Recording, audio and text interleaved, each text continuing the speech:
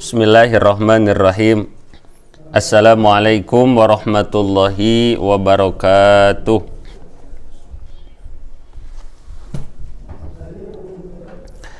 Bismillah, alhamdulillah, assalatu wassalamu ala rasulillah wa ala alihi wa sahbihi wa mawalah. Asyhadu an la ilaha illallah wahdahu la syarikalah wa asyhadu anna sayyidana Muhammadan abduhu wa rasuluh alladzi la nabiyya ba'dah wa la rasula ba'dah hatta yaumal qiyamah. Allahumma sholli wa sallim wa barik ala sayyidina Muhammadin wa ala alihi wa sahbihi ajma'in wa man tabi'ahum bi ihsanin ila yaumiddin. Allahumma sholli ala ruhi Muhammadin fil arwah wa sholli ala jasadi Muhammadin fil ajsad wa sholli ala qabri Muhammadin fil qubur. Allahumma baligh ruha Muhammadin minni tahiyata wa salama.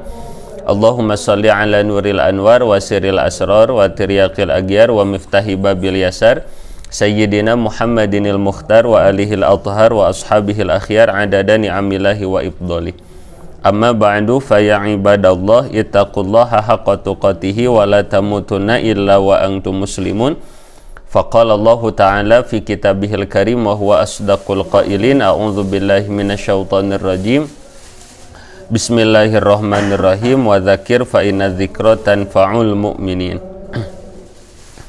Rabbana atina min ladunka rahmatan wa hayyi' lana min amrina rasyada. Rabbi shrah li sadri wa yassir li amri wahlul 'uqdatam min lisani yafqahu qawli. Fasatadhkuruna ma aqulu lakum wa ufawwidu amri ila Allah.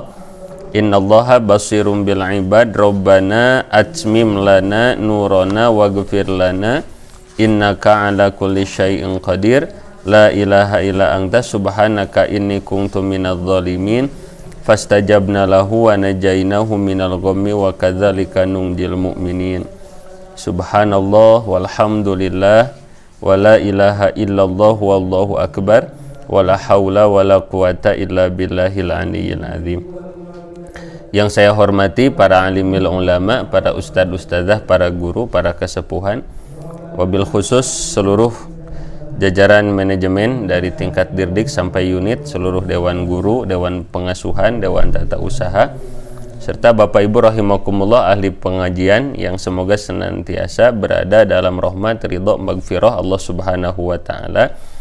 Bapak Ibu, yang pertama kita terlebih dahulu bersyukur kepada Allah Subhanahu wa taala bahwa di pagi hari menjelang zuhur ini kita masih diberikan nikmat oleh Allah Subhanahu wa taala untuk duduk di majelis ilmu, karena salah satu langkah awal kita gitu agar mendapatkan kebaikan diantaranya adalah dengan duduk di majelis ilmu. Di dalam keterangan kan mayyuridillahu bihi khairan yufaqihu fiddin. Di antara ciri orang itu akan diberikan kebaikan oleh Allah Subhanahu wa taala adalah yufaqihu fiddin. Jadi dipahamkan terhadap agama. Dan di antara jalan paham terhadap agama itu adalah ngaji gitu. Jadi ketika Allah Subhanahu wa taala memberikan kepada kita kenikmatan untuk bisa ngaji, maka boleh jadi itu adalah isyarat bahwa kita insyaallah akan merasakan, akan mendapatkan kebaikan. Kebaikan apapun itu, baik mungkin ya kebaikan finansial, kebaikan keluarga, kebaikan dari istri, dari suami, dari anak, dari pekerjaan dan lain sebagainya. Tapi di antara ciri seseorang itu akan berpindah mungkin ya dari keburukan kepada kebaikan, dari kebaikan kepada yang lebih baik lagi, dari yang lebih baik kepada yang lebih lagi. Itu di antaranya ketika kita bisa hadir di majelis ilmu. Jadi mayyuridillahu bihi khairan yufaqihu fiddin. Jadi ciri orang itu akan mendapatkan kebaikan dari Allah itu dipahamkan terhadap agama. Dan di antara jalan kita paham terhadap agama adalah hadirnya kita di majelis ilmu. Itu yang pertama. Kemudian yang kedua, kita bersyukur kepada Allah bisa hadir di majelis ilmu karena ini salah satu ijabah doa kita. Kan kita tengah doa ke Allah agar masuk surganya Bapak Ibu. Dalam keterangan kan man salaka tariqan yaltamisu fihi ilman sahalallahu lahu bihi tariqan ilal jannah. Barang siapa yang salaka gitu, nyucruk jalan. Salaka ini sudah jadi bahasa Sunda, seseleket gitu. Man salaka, barang siapa yang nyucruk jalan, yang berjalan di suatu jalan, perjalanan, yaltamisu fihi ilman, untuk mencari ilmu, sahalallahu lahu bihi tariqan ilal jannah, maka oleh Allah itu akan dimudahkan jalan ke surga. Karena Bapak Ibu, manusia itu ada yang dimudahkan jalan ke surga, disusahkan jalan ke neraka. Ini manusia yang paling beruntung teh yang nomor pertama ini, dimudahkan jalan ke surga, disusahkan jalan ke neraka.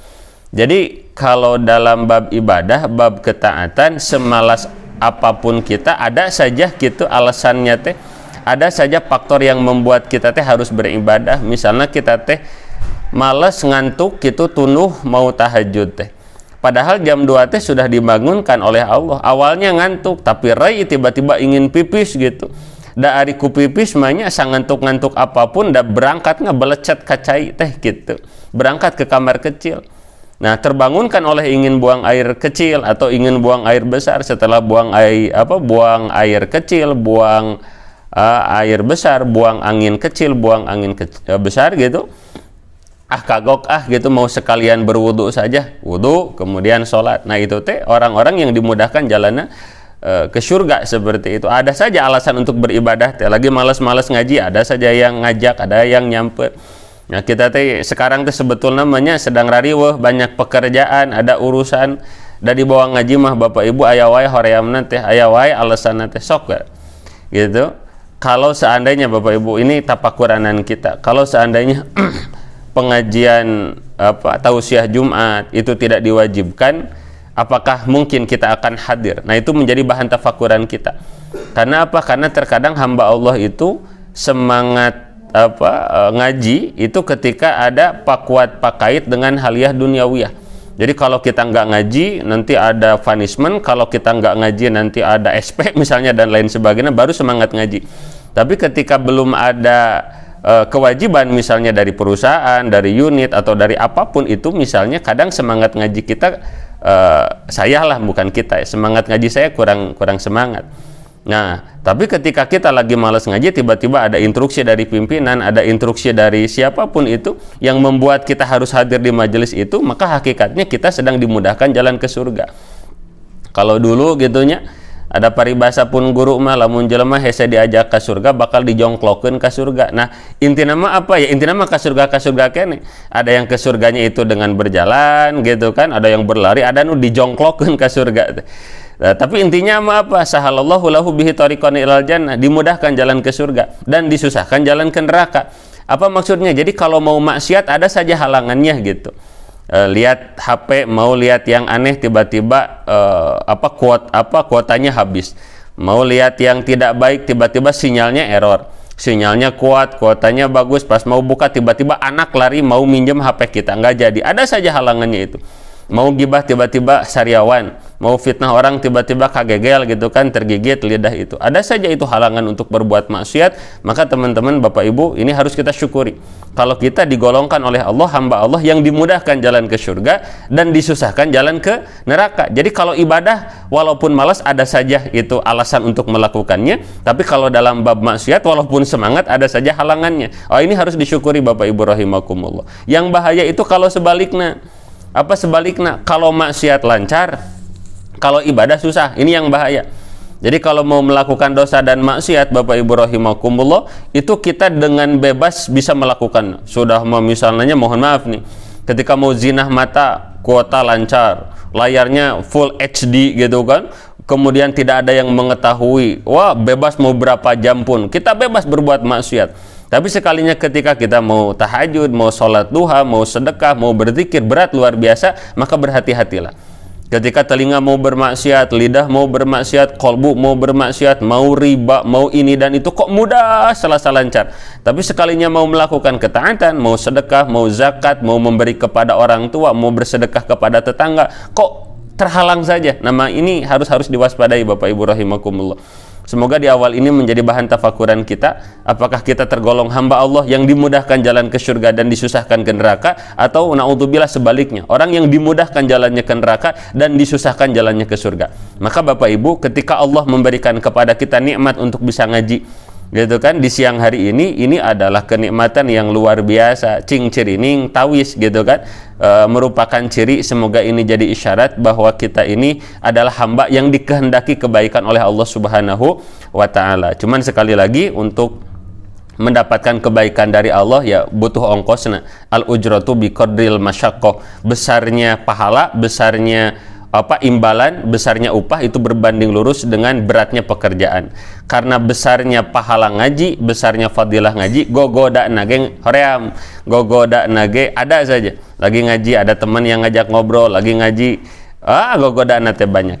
Karena Bapak Ibu sekali lagi hudurul qalbi, menghadirkannya kolbu kita terhadap majelis ilmu itu akan mempengaruhi besar kecilnya keberkahan yang akan kita dapatkan. Jadi Bapak Ibu kita hadir nih bareng-bareng di sini. Saya lihat kurang lebih 161. Ini boleh jadi hadir di majelis yang sama, kita memegang kitab yang sama, gitu kan? Tapi ketika beres dari majelis ini, tiap kita akan berbeda-beda nanti kadar kebaikan, kadar khair, kadar berkah, kadar rahmat, kadar magfirah yang akan Allah berikan kepada kita. Kenapa? Tergantung hudur kolbinya kita. Ada yang ngaji di sini hudur kolbinya 100%, ada yang di sini hudur kolbinya 90%, ada yang 50%, ada yang 90%, ada yang 10%. Bahkan ada yang disetel we hungkul zoomna sambil kita main naon lah gitu, main pingpong, main futsal dan lain sebagainya. Berarti kan itu akan mempengaruhi sejauh mana nanti kemampuan kita dalam menangkap rahmat Allah Subhanahu wa taala. Tapi Bapak Ibu rahimakumullah, bagaimanapun keadaan kita, karena saya yakin Bapak Ibu pun kalaupun ada yang sedang berkhidmat, bekerja, itu juga sama-sama kewajiban. Nah, semoga apa yang kita dapatkan, apa yang kita lakukan tidak mengurangi apa yang kita dapatkan. Amin ya Allah ya Rabbal alamin. Nah, Bapak Ibu rahimakumullah, insyaallah kita akan melanjutkan hanca garapan kita, pengajian Safinah kita. Kemarin kita baru sampai sedikit penjelasan mengenai wabihi nasta'inu ala umurid dunya wadin. Bapak Ibu rahimakumullah, sebelum kita melanjutkan, kita akan bacakan dulu surah Al-Fatihah. Kita doakan dulu orang tua kita yang telah menjadi wasilah lahirnya kita ke alam dunia ini. Kita doakan juga guru-guru kita yang menjadi wasilah turunnya ilmu dari Allah kepada kita.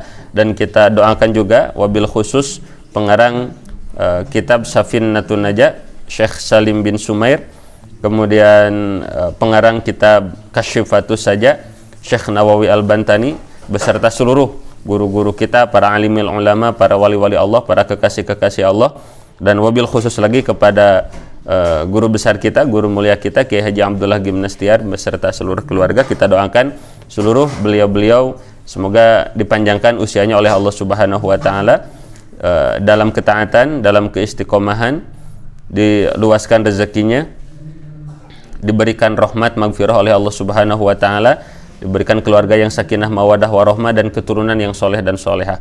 Wabil khusus kepada para alimil ulama yang sudah meninggal dunia, semoga ilmu beliau menjadi amal yang diterima oleh Allah Subhanahu wa taala, mengalir pahalanya kepada beliau dan semakin tinggi makomnya dalam rahmat Allah Subhanahu wa ta'ala. Amin ya Allah ya Rabbal alamin. Khususan ila abaina wa ummahatina wa jami'i masyayikhina wa jami'i asatidatina wa khususan ila mu'alif hadal kitab Al-Fatihah. A'udzu billahi minasyaitonir rajim. Bismillahirrahmanirrahim. Alhamdulillahi rabbil alamin arrahmanir rahim maliki yaumiddin. Iyyaka na'budu wa iyyaka nasta'in. Ihdinas siratal mustaqim. Siratal ladzina an'amta 'alaihim ghairil maghdubi 'alaihim waladdallin. Rabbighfir lana wa liwalidina amin. Baik Bapak Ibu rahimakumullah, sebelum kita sedikit menjelaskan lanjutan penjelasan, mangga Bapak Ibu yang berkenan untuk membuka mikrofonnya, silakan dibuka mikrofonnya. Kita akan murojaah, kita akan baca bersama-sama dari mulai bismillah sampai paslun alamatul bulugi yang kemarin. Bismillah, kita tabarukan Bapak Ibu ya, ngalap berkah, kita baca bersama-sama. Semoga Allah Subhanahu wa taala mengkaruniakan kepada kita ridha barokah. Ya, dari awal dari bismillah ya. Enggak Bapak Ibu ya. Qala al-musannif rahimahullahu taala wa nafa'ana bi ulumihi fid dharain amin. Bismillahi, dengan menyebut asma Allah Ar-Rahmani, sifatnya Allah yang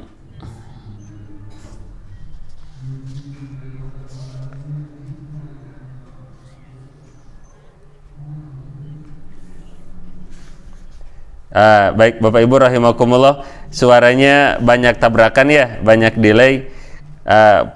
Punten Bapak Ibu, apakah ada yang mau perwakilan yang mau membacakan apa yang sudah kita syakali dan kita terjemahkan di hari Rabu kemarin? Mangga Bapak Ibu, ada yang mau tabarukan?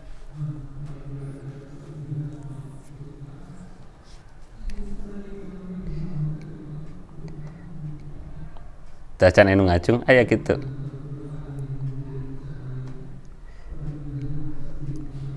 Maka Bapak Ibu, apakah ada yang berkenan membaca? Oh, tawadu sadayananya. Baik Bapak Ibu, kita Masya Allah. Siap Kang Azlan, siap.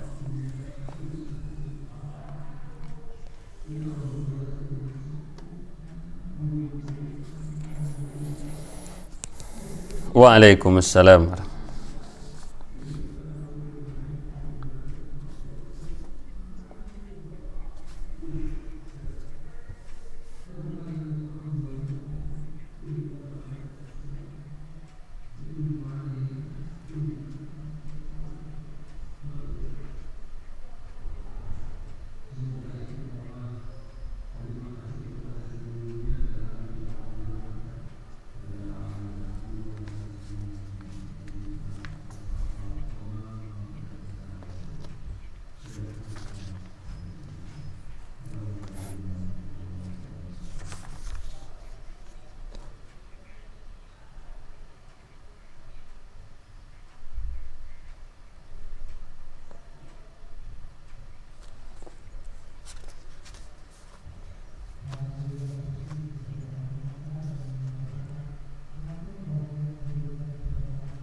Sampai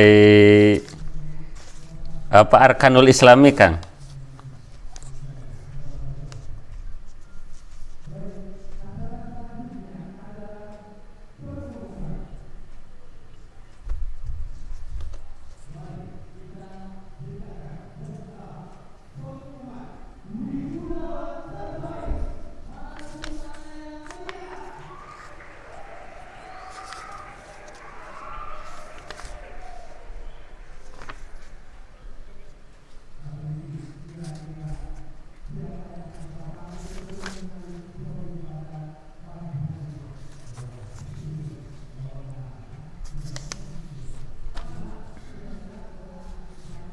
Masya Allah.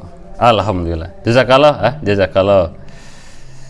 Alhamdulillah, terima kasih. Nah, tadi ada yang ngacung Kang Iskandar ya? Halo.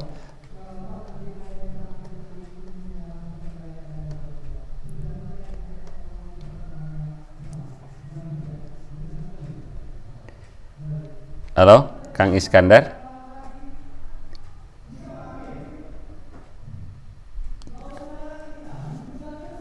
Mangga. Melanjutkan dari Arkanul Iman, Kang Iskandar. Ya.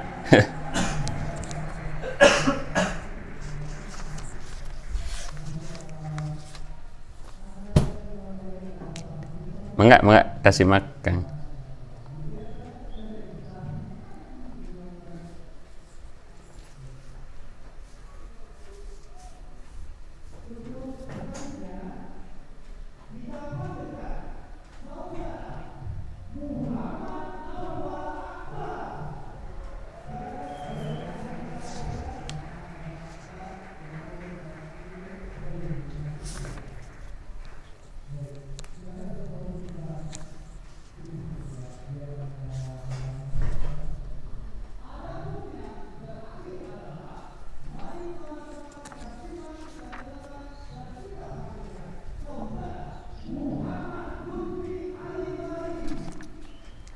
Lajeng Pak.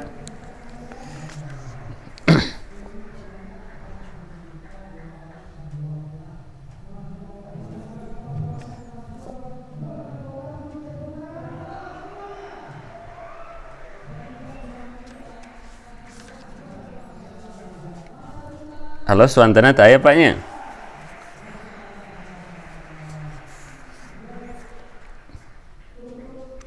Halo.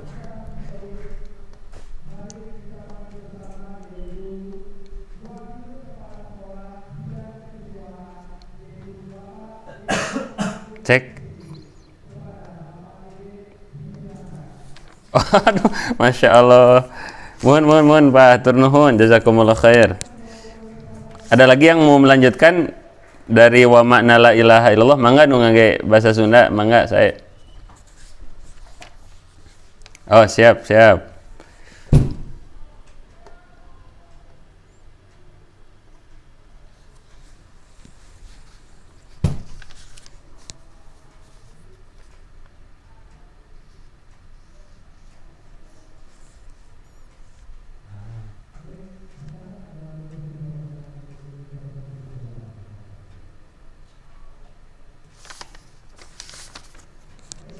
Sapasal dewe pirang-pirang cirina balik.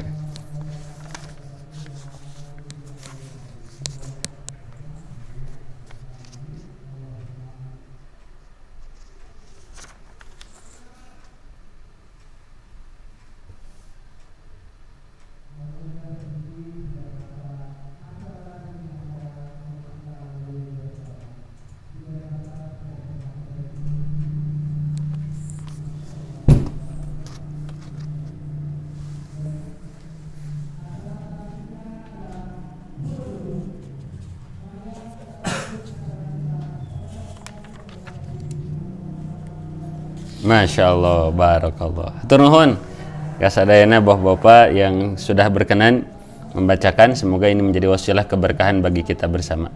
Baik Bapak Ibu rahimakumullah, izin sedikit mencoba menjelaskan tentang lanjutan yang kemarin. Jadi Bapak Ibu rahimakumullah, kemarin kita baru selesai sampai ala umuri dunya wa dini. Jadi bismillahi saya mengkaji kitab Safinah dengan menyebut asma Allah Ar-Rahmani. Itu sifatnya Allah yang memberikan nikmat besar di dunia dan di akhirat. Besar di sini dalam artian bukan besar nikmatnya tapi besar penerimanya. Kemudian Ar-Rahimi, sifatnya Allah yang memberikan nikmat kecil di akhirat saja. Yang dimaksud kecil di sini bukan nikmatnya tapi kecil penerimanya.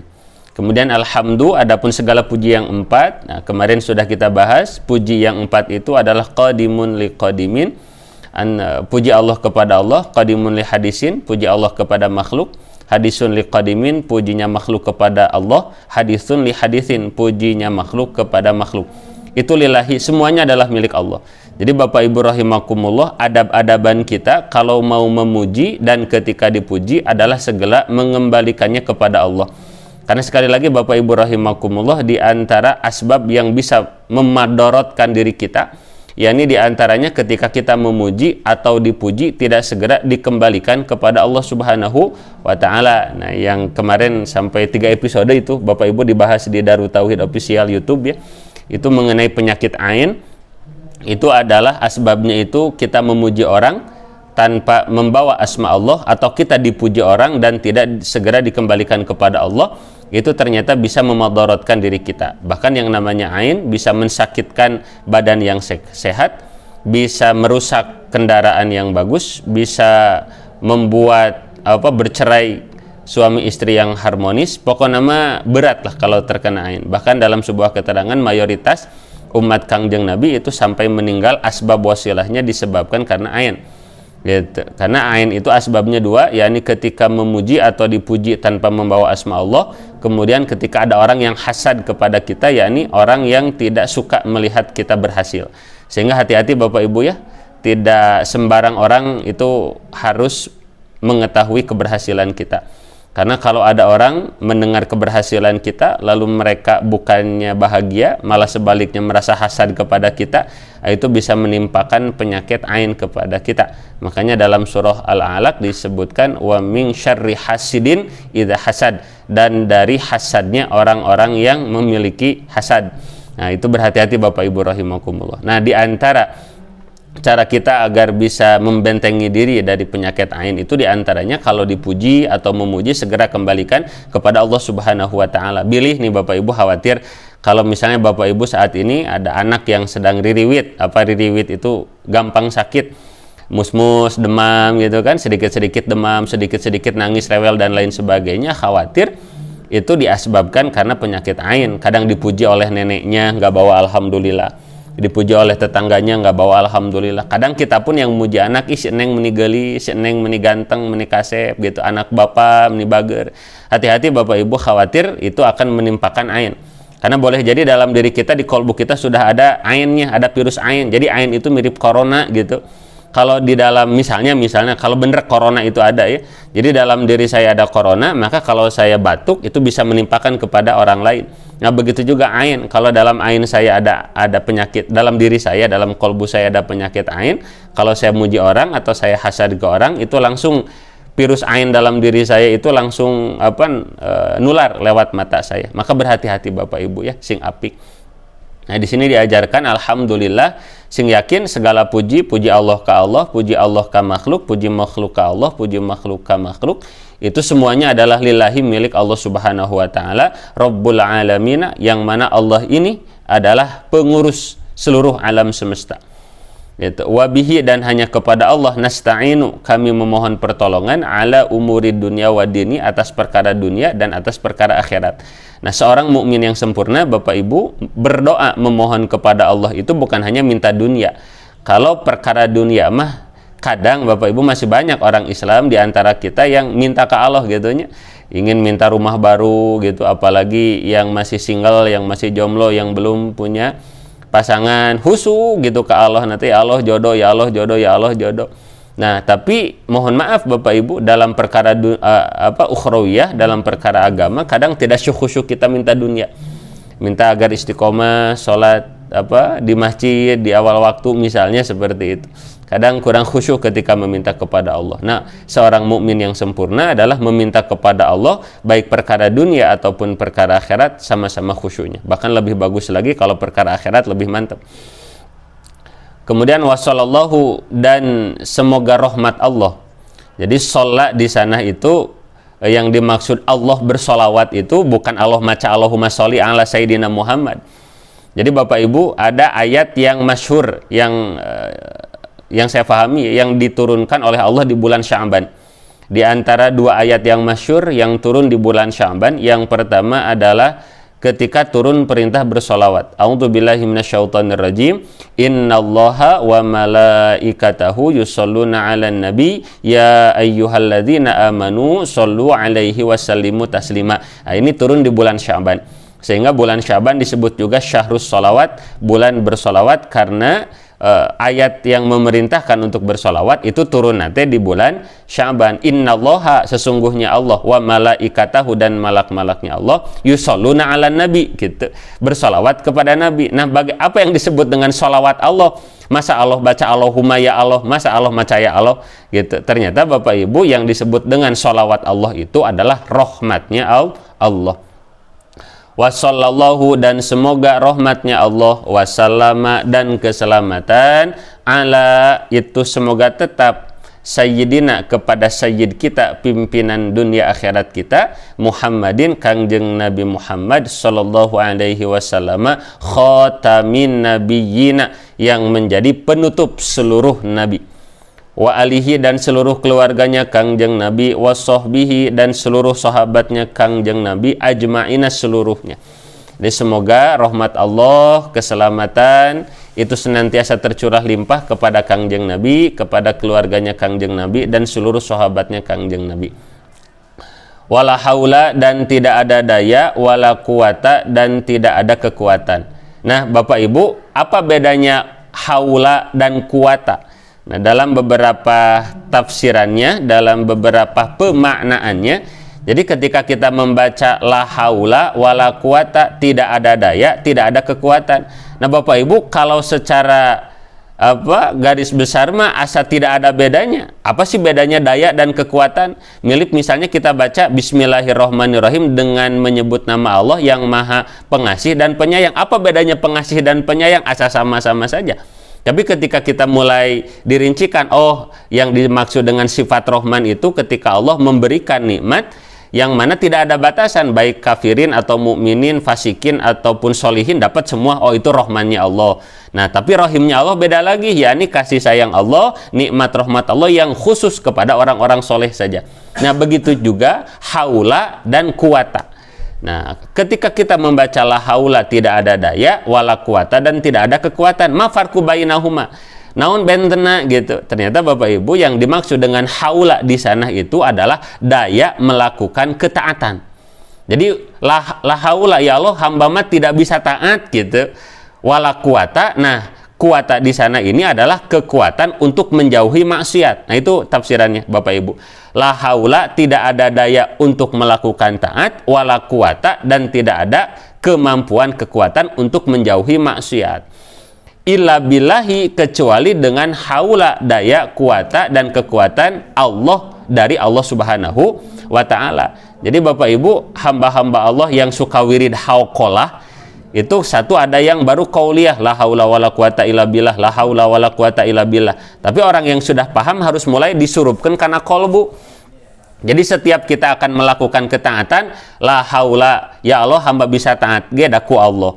Lalu ketika kita mau gibah, tiba-tiba kita ingat astagfirullahaladzim, iya gibah. Lalu kita menghindar dari gibah, la quwata illa billah. Hamba juga bisa terhindar dari dosa gibah itu gara-gara apa? Gara-gara pertolongan Allah. Kita mau sedekah, bisa sedekah, oh mutlak karena pertolongan Allah. Karena uang nage dari Allah, tangan kita juga punya Allah, kolbu yang tergerak juga punya Allah, kencelengnya juga punya Allah. Jadi segalanya nyaku Allah, wah gitu pertolongan nate. Wala quwata, dan kita nggak bisa tuh tiba-tiba kita mau misalnya mohon maaf gitu Bapak Ibu ya, mau masuk ke dalam dosa riba.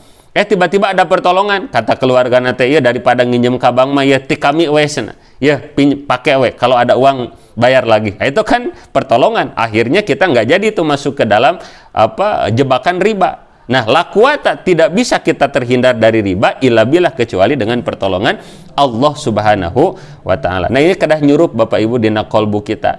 Jadi bagi orang-orang yang suka wirid hauqalah la haula masuknya ke qalbu, biasanya ciri khasnya itu orang tersebut tawadu.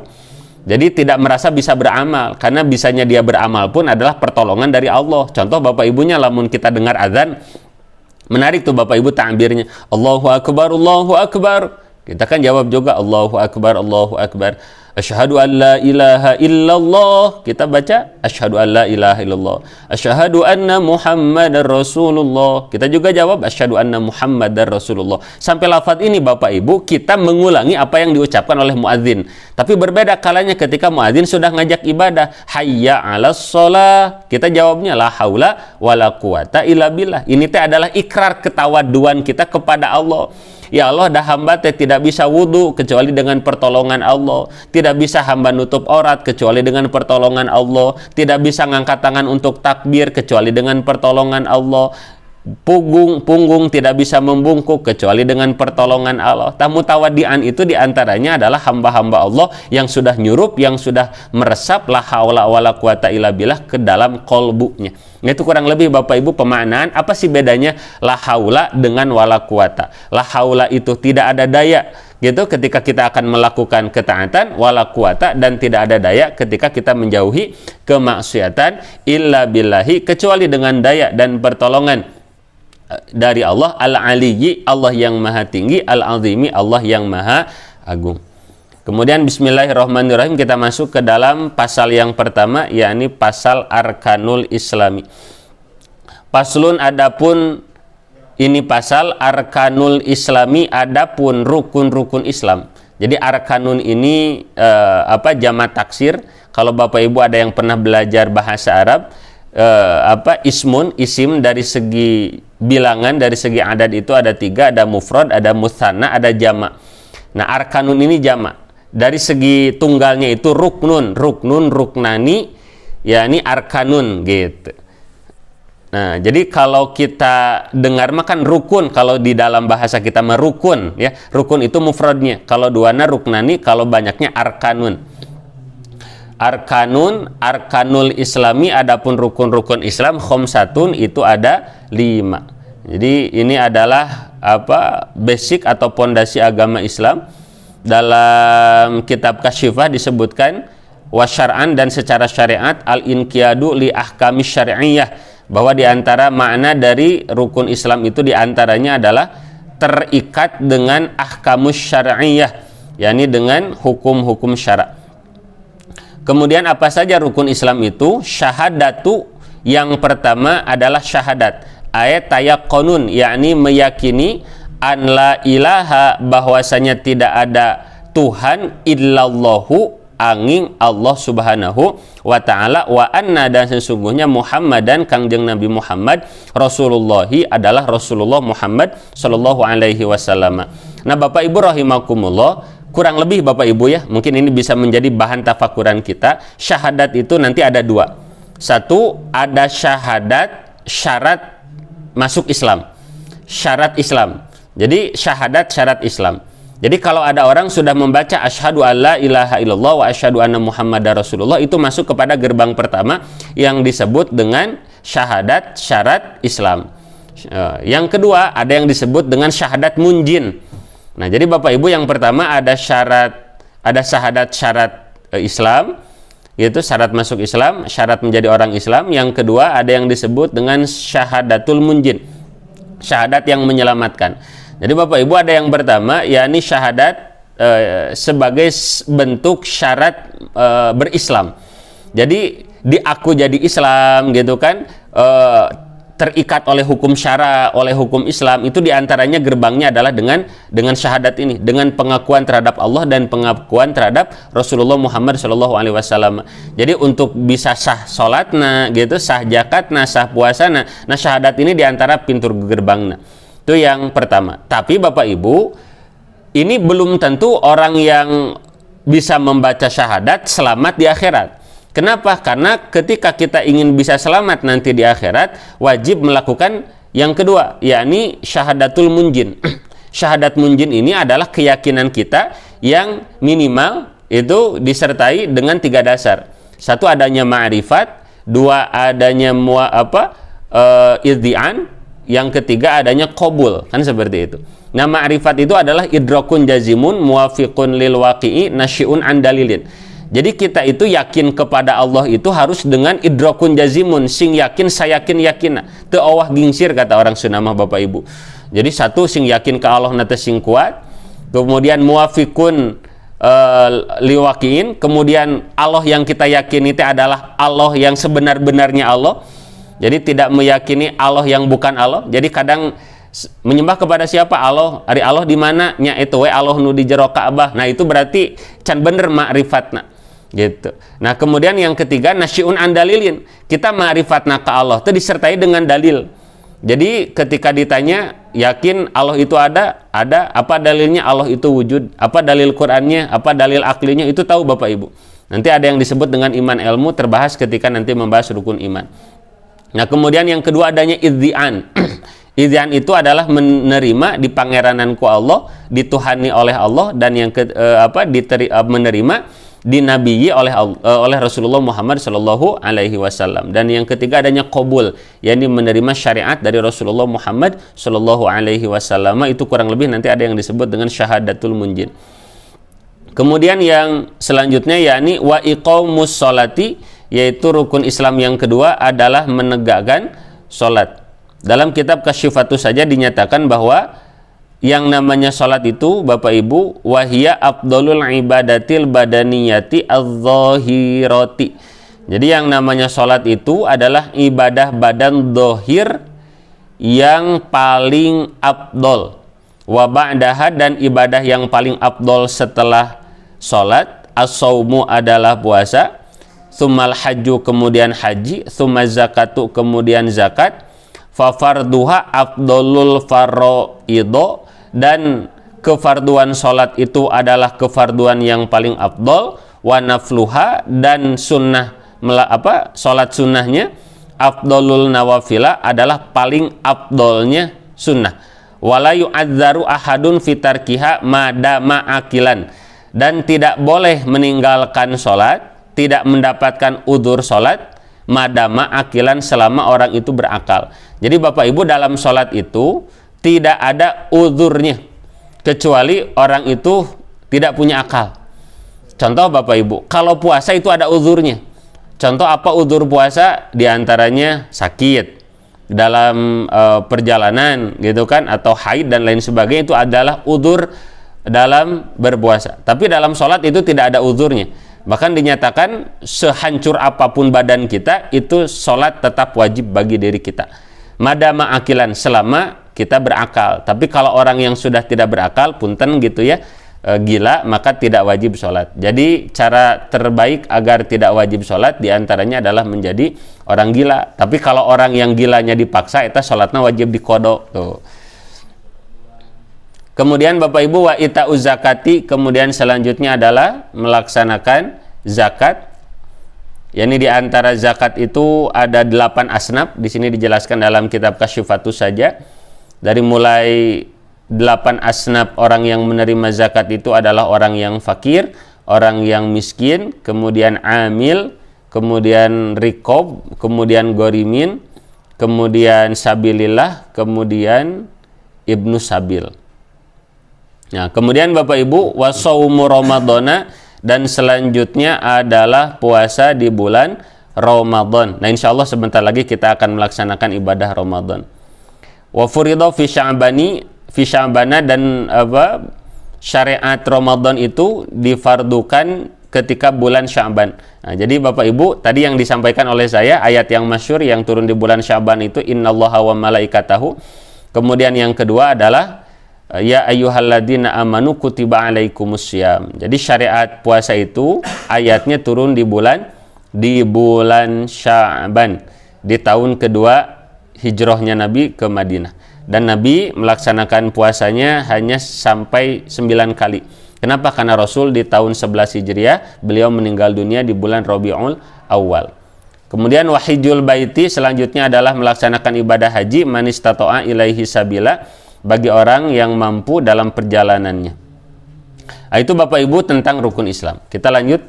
Paslun, adapun ini pasal arkanul imani, adapun rukun iman sittatun itu ada 6.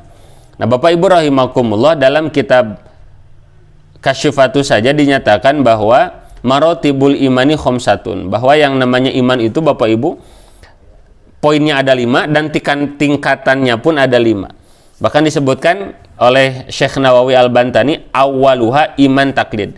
Jadi tingkatan iman yang pertama itu ada yang disebut dengan iman taklid Bapak Ibu. Apa itu iman taklid? Wa huwa al-jazmu biqaulil ghairi min ghairi ayya'rifa dalilan. Jadi yang pertama itu yang disebut dengan iman taklid. Jadi iman ke Allah tapi tidak tahu dalilnya, baik dalil naklinya ataupun dalil aklinya. Jadi Bapak Ibu kalau ada yang ditanya, "Mang, apa yakin ke Allah?" Yakin. Apa dalilnya yakin ke Allah? Ah, nggak tahu, dah kata Pak Ustadz juga Allah mah aya. Nah, maka itu disebutnya adalah iman taklid. Sebagian ada yang mengatakan bahwa iman taklid itu tidak sah, tapi yang saya pelajari mayoritas mengatakan bahwa iman taklid itu sah. Wa huwa yasihu, dan iman taklid itu sah, imanahu imannya. Wa huwa yasihu imanuhu, dan iman taklid ini adalah sah.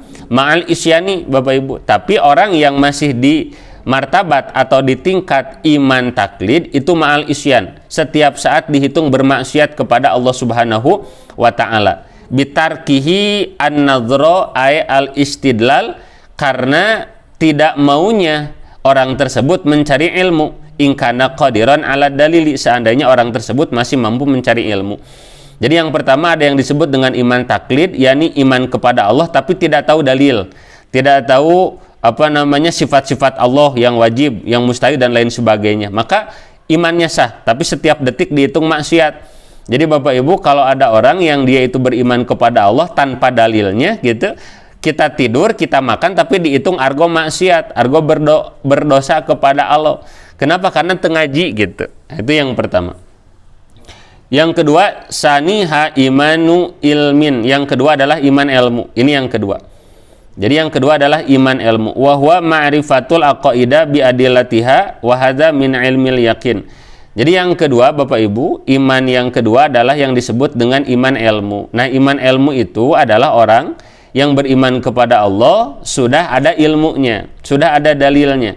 Nah, di antaranya apa? yakni mengetahui tentang sifat-sifat wajib bagi Allah, tentang sifat mustahil bagi Allah, sifat jaiz bagi Allah, sifat wajib bagi Rasul, sifat mustahil bagi Rasul, dan sifat jaiz bagi Rasul. Nah, tahu dalilnya baik naklinya atau dalil aklinya, maka naik kepada iman yang kedua yang disebut dengan iman ilmu. Wakila al-qismaini sahibuhuma mahjubun an dzatillahi ta'ala. Nah, tapi Bapak Ibu, orang yang sudah beriman ilmu juga nanti kabagi dua, ada yang mahjub, ada yang ghair mahjub. Apa yang dimaksud dengan mahjub? Yakni ilmu tentang Allah tidak membawa dia taat kepada Allah.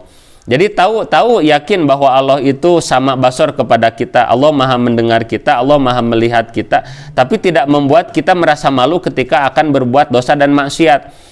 Jadi Bapak Ibu, ada orang yang iman ke Allah, yakin karena sama basorna Allah, yakin terhadap kudroh irodahna Allah, yakin terhadap keagunganna Allah gitu, tapi tidak membuat dia malu takut ketika berbuat maksiat dalam kesendirian. Nah, maka ini disebutnya adalah orang yang beriman kepada Allah dan sudah memiliki ilmunya tapi masih mahjub, tapi masih terhijab. Nah, ada yang kedua ghair mahjub, yakni orang-orang yang dia itu dengan ilmunya membuat dia lebih takut kepada Allah. Ini yang nomor 2.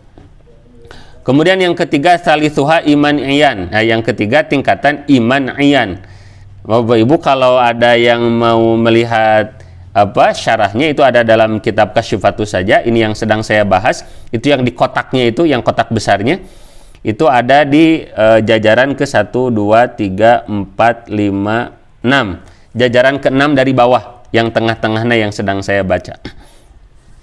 Nah, kemudian yang selanjutnya adalah salisuha iman iyan. Yang ketiga adalah iman iyan. Wa huwa ma'rifatullahi bi muraqabatil qalbi. Yani yang ketiga adalah sudah ma'rifat kepada Allah dengan muraqabahnya qalbu. Fala yagibu rabbahu an khatirihi tarfata ainin, adalah dia yang qalbunya itu sudah susah gitunya lupa ke Allah. Nah, jadi Bapak Ibu, kalau ada orang yang sudah di makom susah lupa kepada Allah, jadi kamamana teh inget teh ke Allah teh gitu, asa ditatap oleh Allah, asa didengar oleh Allah. Nah, maka boleh jadi sudah masuk kepada iman yang ketiga, yakni iman iyan. Nah, yang ketiga itu disebutnya itu adalah iman yang muraqabah, orang yang sudah muraqabah, wa yusama ainul yakin, dan disebut orang yang sudah masuk kepada makom ainul yakin. Rabi'uha imanu haq, yang selanjutnya adalah iman haq, wa huwa ru'yatullahi ta'ala biqalbihi wa huwa ma'na qaulihim al-arifu yara rabbahu fi kulli syai'in wa huwa maqamul musyahadah. Nah, yang keempat adalah iman haq, yakni orang yang sudah tidak lihat makhluk. Jadi yang dilihatnya Allah wa af'alna Allah. Nah, ini yang keempat. Wa khamisuha iman hakikat, yakni yang kelima adalah iman hakikat, wa huwa al-fana'u billah, yakni sudah fana, etama sudah makom fana.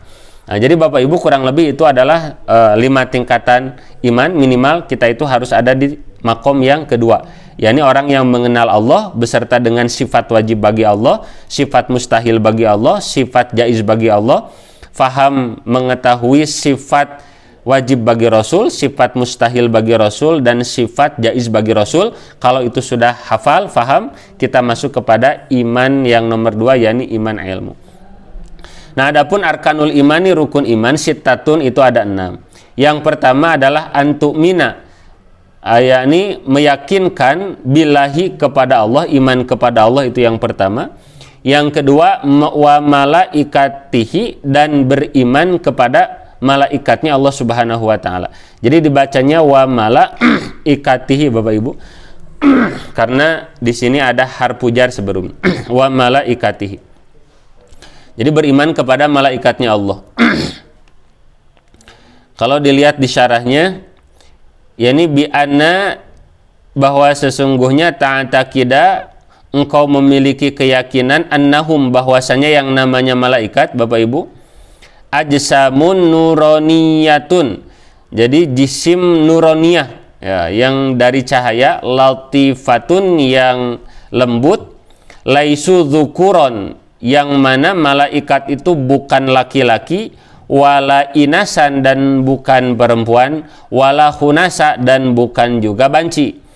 Jadi Bapak Ibu, yang namanya malaikat bukan laki-laki. Nah, berarti kalau bukan laki-laki, perempuan atuh? Bukan. Malaikat juga bukan perempuan. Lalu ada yang nanya, laki-laki bukan, perempuan bukan, bencong atau banci? Bukan, wala khunasa. Jadi yang namanya malaikat bukan laki-laki, bukan perempuan, bukan juga bencong atau banci, intinya tidak berjenis kelamin. Bahkan dalam kitab Aqidatul Awam, orang yang meyakini bahwa malaikat itu adalah laki-laki, maka dia tergolong orang yang fasik, gitu. Dan kalau ada orang yang meyakini bahwa malaikat itu adalah perempuan, maka dia itu masuk kepada orang yang kufur.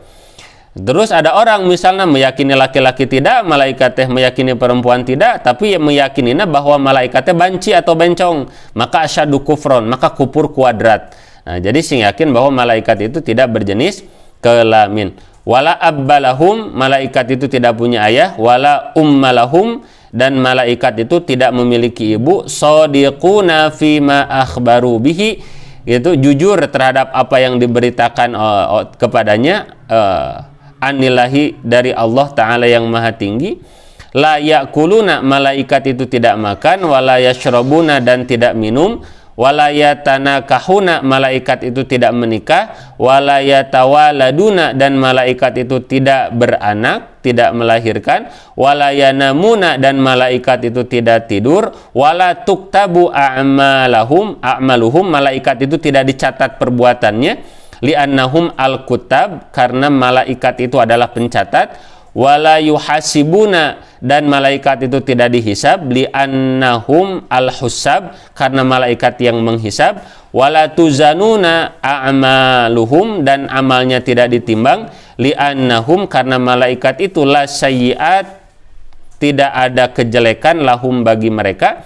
Wa yuhsyaruna ma'al jinni wal insi, dan nanti di yaumil mahsyar dibangkitkan bersama jin dan manusia. Yashfa'una fi asoti, malaikat itu bisa mensyafaati fi asoti, bagi orang-orang yang bermaksiat, bani adama, dari bani Adam. Wa yarahum, dan melihat mereka, al mu'minuna, orang-orang mukminin, fil jannati, di dalam surga. Wa yadkhulunal jannata, dan mereka masuk ke dalam surga. Dan di antara malaikat yang wajib kita yakini, fal awalu, yang pertama dalam kitab Kasyifah, ka Jibril, seperti malaikat Jibril, wa Mikail, wa Israfil, wa Izrail, wa Munkar, wa Nakir, wa Ridwan, wa Malik, wa Raqib, wa Atid. Kemudian ada juga malaikat yang lain, wa Ruman, kemudian Hamalatul Arsy, malaikat Hafadhah, malaikat Katabah, dan lain sebagainya. Itu wajib kita beriman terhadap malaikatnya Allah Subhanahu wa Ta'ala. Wa kutubihi, dan wajibnya kita beriman kepada kitab-kitabnya Allah Subhanahu wa Ta'ala.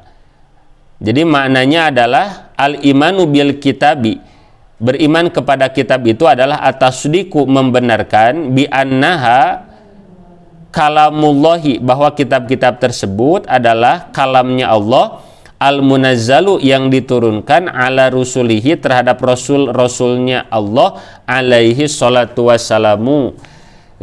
Yajibu ma'rifatul kutubi, yang wajib kita imani Bapak Ibu ya, al-arba'ah, ada 4. Wahya at-Tauratu, yang pertama kitab Taurat, li Sayyidi Musa, yang diturunkan kepada Sayyidina Musa. Wa Zabur, dan kitab Zabur, li Sayyidi Dawud, yang diturunkan kepada Nabi Dawud. Wal Injil, dan kitab Injil, li Sayyidina Isa, yang diturunkan kepada Sayyidina Isa. Wal Furqan, dan Al-Quran, li khairil khalqi Sayyidina Muhammadin sallallahu alaihi wasallam. Dan selanjutnya adalah Al-Quran yang diturunkan kepada Nabi Muhammad sallallahu alaihi wasallam. Nah, kemudian adalah warusulihi, beriman kepada rasul-rasulnya Allah. Itu yang wajib kita hafal, itu ada 25, dari mulai Nabi Adam sampai kepada Nabi Muhammad SAW. Karena kalau seluruhnya itu berat, jumlah Nabi saja yang saya terima, yang saya pelajari, jumlahnya seluruhnya ada 124.000, dan Rasul seluruhnya ada 315. Lumayan kalau kita hafal semua ya. Nah, minimal 25 Nabi atau plus Nabi Khidir, jadi 26 gitu ya. Kemudian wabil yaumil akhiri, dan yakinnya kita terhadap hari akhir. Wabil qadari, dan terhadap takdir dari Allah, khairihi, baiknya itu takdir, wasyarihi, dan buruknya itu takdir, minallahi ta'ala, itu berasal dari Allah Subhanahu wa Ta'ala. Kemudian faslun, adapun ini pasal, wa ma'na la ilaha illallahu, dan adapun makna La ilaha illallah, la ma'buda, tidak ada Tuhan yang wajib disembah bihakin dengan sebenar-benarnya, fil wujudi, dalam wujudnya, illallahu, kecuali Allah Subhanahu wa ta'ala. Jadi Bapak Ibu, yang dimaksud makna la ilaha illallah adalah beribadah kepada Allah dengan sebenar-benarnya. Bahkan dalam syarah yang lain itu sampai diturunkan terhadap 4, yakni la ma'buda illallah, la maujuda illallah, la ma'buda illallah, la matluba illallah, dan la maksuda illallah. Dan dalam kitab Kasyifatu saja juga dinyatakan wa qala ba'duhum inna kalimata la ilaha illallah itsna asyara harfan. Jadi ternyata Bapak Ibu, di antara makna la ilaha illallah itu melahirkan 12 amalan wajib bagi kita. Fala jaroma ay fala buddha annahu wajaba biha itsna asyara faridatan. Dan dari 12 huruf la ilaha illallah itu melahirkan 12 kewajiban. Sittatun dhahiratun, yang mana 6 kewajiban dhahir, sittatun batinatun, dan 6 kewajiban batin. Amma dhahiratu, adapun 6 kewajiban dhahir adalah fatoharatu, yang pertama toharoh, wassolatu, yang kedua solat, wazakatu, kemudian zakat, wasaumu, dan puasa, wal haju, dan haji, wal jihadu, dan jihad. Wa ammal batinatu, dan adapun amal batin, fatawakkulu, tawakal ke Allah, wa tafwidu, tafwid ke Allah, wa sabru, sabar ke Allah, wa ridho, ridho ke Allah, wa zuhdu, zuhud, kemudian wa taubatu, dan tobat. Jadi 12, kan huruf la ilaha illallah itu ada 12 Bapak Ibu ya.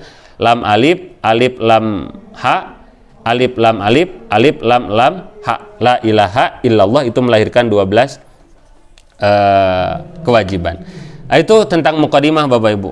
Sekarang kita akan mulai masuk ke dalam ilmu fikihnya.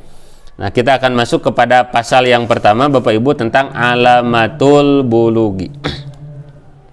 Bismillahirrahmanirrahim. Paslun, adapun ini pasal. Alamatul bulugi, adapun ciri-ciri balig, salasun, itu ada 3. Jadi Bapak Ibu, di antara syarat seseorang itu terkenai taklif. Jadi taklif itu orang yang terkenai 5 hukum. Apa 5 hukum itu Bapak Ibu? Terkena wajib, terkena sunnah, terkena mubah, terkena makruh, terkena haram. Jadi syarat seseorang itu terkena 5 hukum itu, di antaranya adalah harus balig.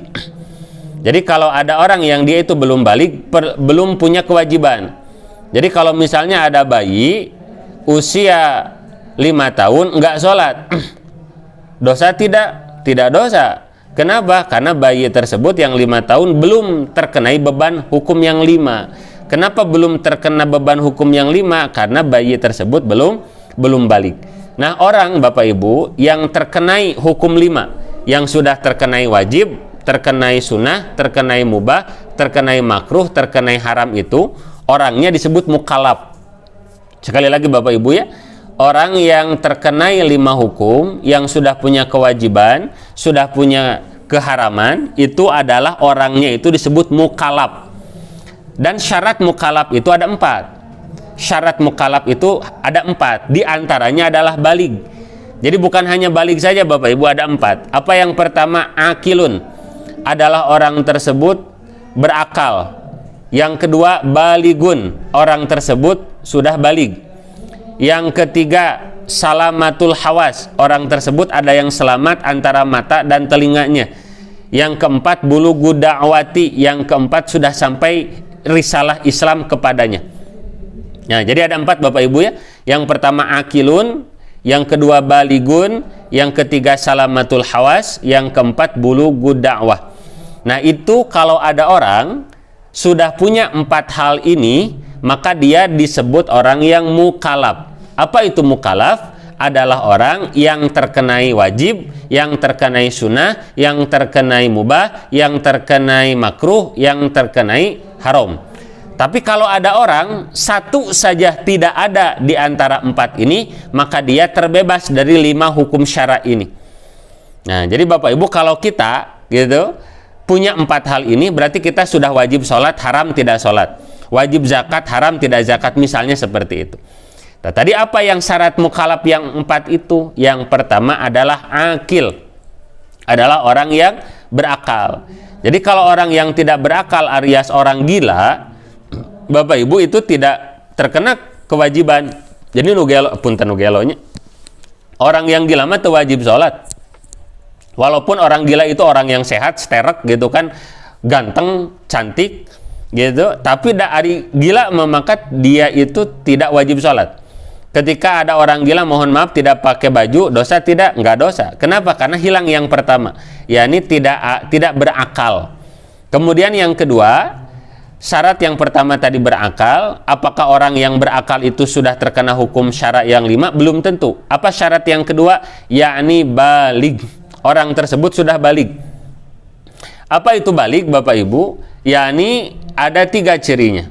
Apa ciri balig? Yang pertama adalah tamamu khamsa asyarata sanatan fi dzakari wal unsa. Yang pertama Bapak Ibu, ciri balig itu adalah tamamu khamsa asyarata sanatan. Yang pertama adalah sempurna 15 tahun.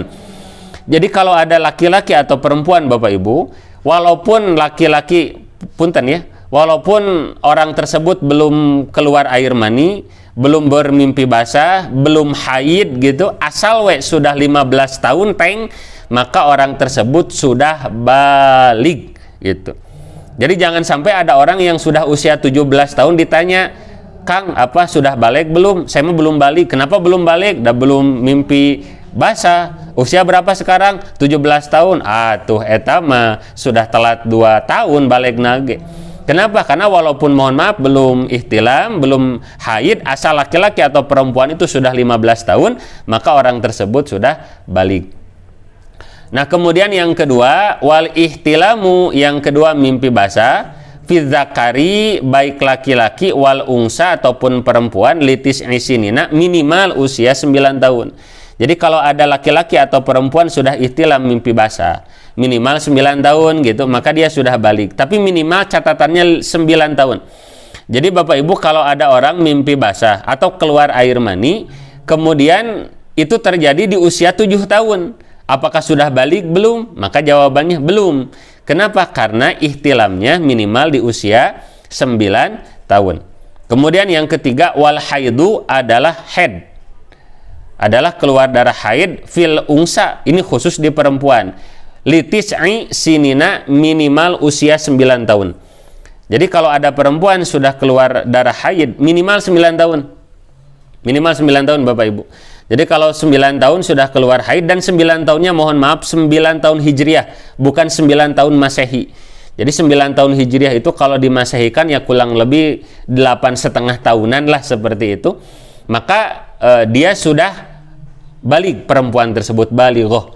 Tapi kalau keluar darahnya itu usia 7 tahun atau keluar darahnya 7,5 tahun, maka bisa dipastikan itu bukan darah haid, tapi itu disebutnya darah istihadhah, darah penyakit. Nah, jadi Bapak Ibu, kalau ada laki-laki atau perempuan sudah usia 15 tahun, tadi yang pertama, atau yang kedua, kalau laki-laki atau perempuan sudah ihtilam mimpi basah minimal 9 tahun. Yang ketiga, itu sudah haid, kalau perempuan minimal 9 tahun, maka dia sudah balik. Nah, jadi kalau ada orang sudah punya unsur balik, maka boleh jadi dia itu sudah punya kewajiban, sudah dapat wajib sholat, sudah dapat haram maksiat. Nah, ketika sudah punya apa tadi? 1 akil, 2 balik. Apakah ketika sudah berakal dan balik sudah pasti disebut mukhalaf? Belum tentu. Ada wajib yang ketiga. Syarat mukhalaf yang ketiga adalah salamatul hawas. Jadi sempurna, ada yang aktif antara mata atau telinganya.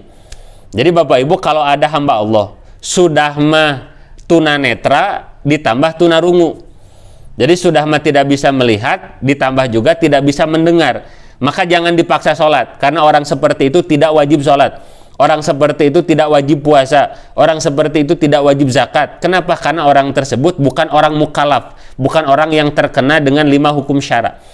Ketika apa? Ketika dia itu tidak bisa melihat dan tidak bisa mendengar. Jadi harus ada yang aktif. Tapi kalau ada satu saja yang aktif, misalnya Bapak Ibu, dia itu tunanetra tapi masih bisa mendengar, maka dia itu masih terkena hukum yang 5. Atau sebaliknya, ada orang yang mendengar tapi tidak bisa melihat, maka tetap wajib sholat. Tapi kalau padam dua-duanya, sudah tidak bisa melihat ditambah tidak bisa mendengar, nah, maka orang tersebut tidak salamatul hawas, tidak selamat matanya, tidak selamat telinganya, maka tidak wajib sholat. Nah, 3 tuh. Dan yang keempat itu adalah bulugud dakwah, yakni sampai dakwah kepadanya. Dia minimal pernah mendengar, oh Islam itu ada.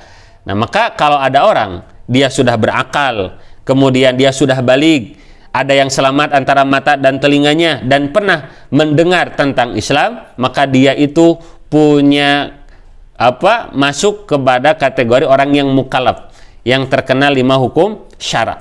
Tapi kalau misalnya ada satu saja yang tidak ada, maka tidak mukallaf, tidak punya kewajiban. Contoh, dia berakal, dia baligh, bisa melihat, bisa mendengar, tapi dia itu dari mulai hidup sampai mati tinggal di hutan, diurus oleh serigala, dibesarkan oleh King Kong, main sama gajah, gitu kan? Tarsan lah disebutnya, dan tidak pernah bertemu dengan Agim, tidak pernah bertemu dengan Ustadz Abdul Somad, tidak pernah bertemu dengan manusia yang pernah minimal nyebut bahwa ada Islam misalnya gitu, tidak pernah mendapatkan informasi tentang Islam baik dari manusia ataupun internet ataupun buku dan lain sebagainya, karena dia tinggal itu benar-benar di tengah hutan, dari akses manusia itu tertutup, dari informasi tertutup. Nah, maka itu tidak punya kewajiban. Kalaupun meninggal, walaupun dalam tanda kutip gitu kan, meninggalnya itu dalam keadaan sujud kepada tai ayam, itu bisa tetap masuk surga. Kenapa? Karena dia tidak pernah sedikit pun mendapatkan akses informasi tentang Islam. Nah, makanya Bapak Ibu, yang saya yakini, yang saya pahami, mohon maaf kalau kita ada perbedaan pendapat, bahwa orang tua Kangjeng Nabi itu masuknya ashabul fatrah, jadi masuk terhadap kekosongan kenabian. Maka hamba-hamba Allah yang wafat di fase kekosongan kenabian dari Nabi Isa kepada Nabi Muhammad, itu seluruhnya kalau meninggal itu masuk ke dalam surganya Allah Subhanahu wa Ta'ala. Itu sedikit yang pernah saya terima dari guru saya. Jadi 4 itu syarat mukallaf. Nah, diantaranya adalah baligh yang sudah kita jelaskan. Nah, ini Bapak Ibu rahimakumullah, tentang alamatul bulugi salasun, tentang syarat sahnya ciri-ciri baligh itu ada 3. Sebelum masuk kepada pasal selanjutnya Bapak Ibu, tentang syarat bersuci dengan menggunakan batu, mungkin akan ada yang didiskusikan atau ditanyakan terlebih dahulu. Enggak Bapak Ibu, kalau akan ada yang didiskusikan. Wallahu a'lam bishawab. Siap teh? Siap.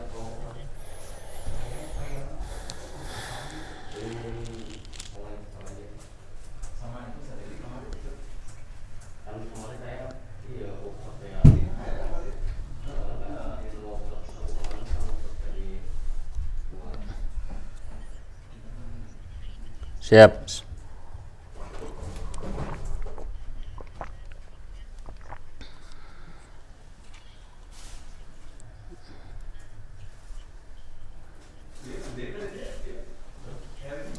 Siap.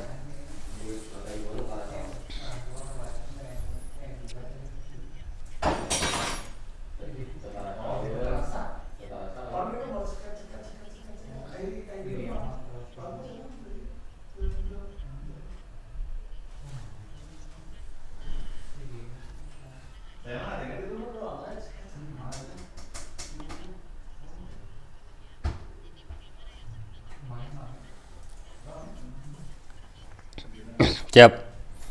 Siap, hatur nuhun. Jadi Bapak Ibu, mempelajari ilmu haid itu wajib bukan hanya bagi perempuan, tapi wajib juga bagi laki-laki. Bahkan ada seorang ulama besar di daerah Kalimantan mengatakan, punten ya kalau saya rada ekstrim nih, bagi para laki-laki yang jomblo, yang single dan berniat untuk menikah.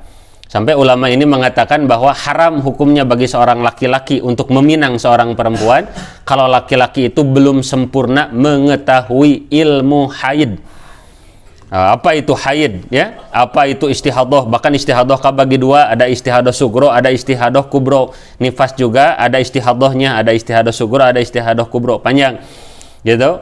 Jadi kita laki-laki juga wajib tuh, ya, ulah semangat nikah nah hungkul, ulah semangat nyari calon nah hungkul, tapi sing semangat juga nyari ilmu. Nah, di antara ilmu yang wajib dipelajari diantaranya adalah ilmu haid. Nah, terkait dengan pertanyaannya, tinggal masuk saja kepada 5 syarat haid teh. Kalau 5 syarat haid ini terpenuhi berarti itu haid. Kalau 5 ini tidak terpenuhi berarti bukan haid, simpel saja. Itu rumus yang saya pelajari dari guru saya. Yang pertama syarat haid. Syarat haid yang pertama usianya harus minimal 9 tahun. Ini syarat mutlak yang pertama. Jadi kalau ditanya, teh, saya keluar darah, haid bukan? Tanya, usia kamu berapa? Usia saya 7 tahun. Bukan haid, itu istihadah. Gampang, satu. Yang kedua, tidak diawali oleh kelahiran. Kedua, tidak diawali oleh kelahiran. Karena kalau keluar darah diawali dulu oleh kelahiran, maka itu hukumnya bukan haid tapi nifas. Walaupun hal yang diharamkannya sama antara haid dan nifas, yang diharamkan itu 10 perkara, tapi kita beda menyebutnya. Jadi kalau yang sudah melahirkan keluar darah itu disebutnya adalah darah nifas. Itu yang pertama. Yang kedua, mohon maaf. Yang ketiga, itu haid minimal keluar 24 jam dalam tempo 15 hari. Itu minimal. Isyarat yang ketiga Bapak Ibu ya, haid itu minimal 24 jam. Keluar 24 jam dalam tempo 15 hari. Jadi minimal haid itu bukan sehari semalam, tapi minimal haid itu 24 jam. Kan nanti ada minimal haid, ada minimal nifas, ada maksimal haid, ada maksimal nifas. Minimal haid 24 jam. Sekali lagi Bapak Ibu, 24 jam, bukan sehari semalam. Karena gini, 24 jam dengan sehari semalam itu beda. Jadi contoh seperti ini Bapak Ibu. Ada perempuan keluar darah haid, maghrib keluar darah haid, isya itu sudah berhenti. Masuk subuh nggak keluar lagi haidnya. Duhur nggak keluar lagi, maghrib nggak keluar lagi, gitu kan?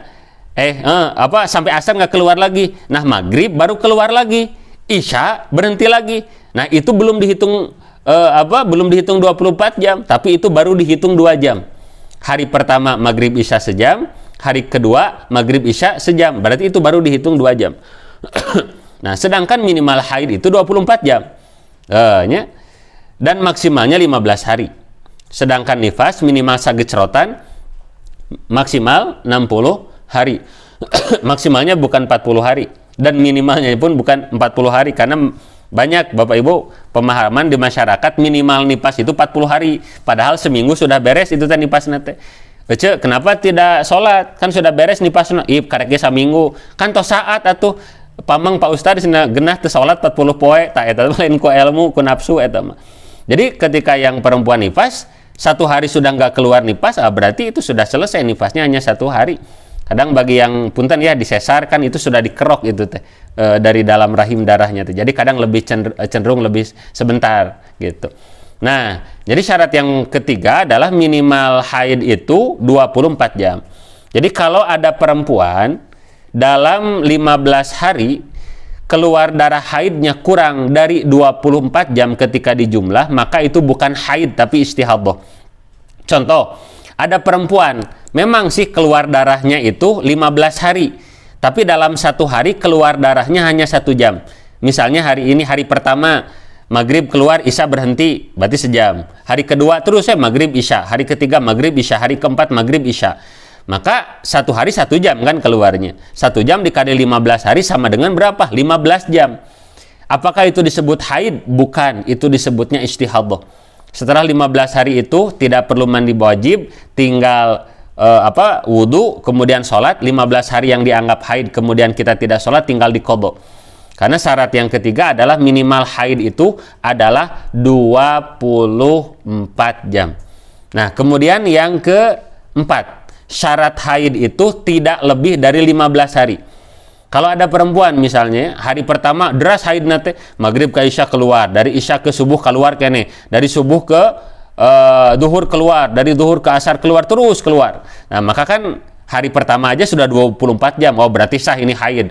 Sehingga yakin haid 2, 3, 4 terus keluar darah. Sampai hari ke-15 keluar darah juga, dan hari ke-16 keluar darah. Nah maka hari ke-16 wajib mandi besar, kemudian sholat. Cuman nanti disebutnya daimul hadas, nanti cara wudunya berbeda. Nah itu yang keempat. Nah ini yang kelima teh, yang mungkin ini menjadi kunci jawaban dari pertanyaannya. Yang kelima itu minimal antara jarak berhentinya haid pertama dengan jarak hari pertama haid yang kedua, siklus minimalnya itu harus melewati 15 hari kuru, 15 hari suci. Jadi antara berhentinya haid pertama dengan hari pertamanya haid kedua itu minimal harus disela oleh 15 hari suci. Misalnya ada perempuan hari pertama haid sampai hari ke-15 gitu kan, sampai hari ke-15 berhenti. Nah, berarti haidnya berapa hari? 15 hari gitu. Nah, tanggal 15 ya kita pakai tanggal. Jadi haidnya itu tanggal 1, 2 sampai tanggal 15 haid, tanggal 16 kan berhenti tuh. 16 sholat, 17 sholat, 18 sholat, 20 sholat. Tanggal 21 itu keluar lagi darah. Nah, pertanyaannya tanggal 21 ini haid bukan? Maka jawabannya adalah bukan. Kenapa? Karena tanggal 21 ini keluar darah dan tidak masuk kepada syarat yang kelima. Apa syarat kelima haid? Dari berhentinya hari terakhir di siklus pertama dengan haid yang kedua itu minimal jarak sucinya harus 15 hari. Jadi harus nunggu dulu 15 hari baru disebut haid. Jadi kalau berhenti tanggal 15 ya berarti disebut haid lagi tanggal berapa? Tanggal 1 gitu. Berarti tanggal 16, 17, 18 itu masa suci sampai tanggal 30. Atau misalnya yang lebih ekstrim lagi, misalnya tanggal 15 berhenti gitu kan, 16, 17 terus sampai tanggal 20 suci, 21, 22, 23, 24, 25. Nah, suci, sudah 10 hari suci.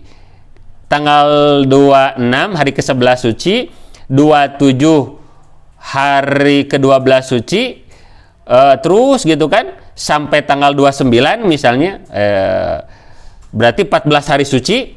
Tapi tanggal 29 keluar darah, itu disebut haid bukan? Bukan. Tunggu dulu sampai 15 hari suci. Kalau sudah 15 hari suci gitu kan, hari ke-16-nya baru itu disebut dengan haid. Kenapa? Karena syarat kelima dari syarat haid itu adalah minimal jarak dari haid pertama sampai haid yang kedua minimal terjeda oleh 15 hari suci. Tapi ini mudah dilakukan bagi perempuan yang mu'tadah. Mu'tadah itu perempuan yang puguh siklus haidnya. Yang susah ngitungnya itu adalah perempuan yang mutahayyirah. Mutahayyirah itu adalah perempuan yang siklus haidnya itu tidak puguh gitu kan. Hari ini, yang bulan ini 3 hari, bulan depan 4 hari, bulan depannya lagi 5 hari. Pokoknya nama tergantung mood. Ketika datang corona, haidnya teh pokoknya nama siklusnya teh aneh gitu kan. Nah, maka ini harus ada hitungannya yang lebih detail lagi. Tapi itu menjadi rumus secara umum.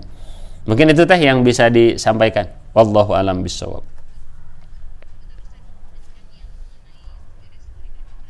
Yap.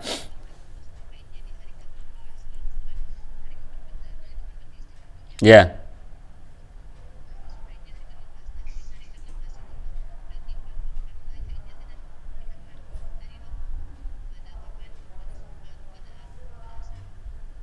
Berhentinya itu di apa teh?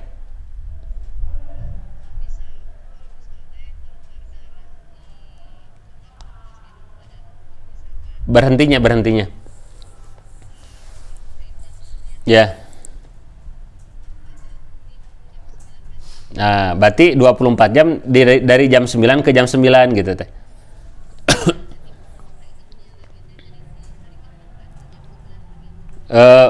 Berarti siklus haidnya itu nanti setelah terbentang 15 hari suci dulu teh.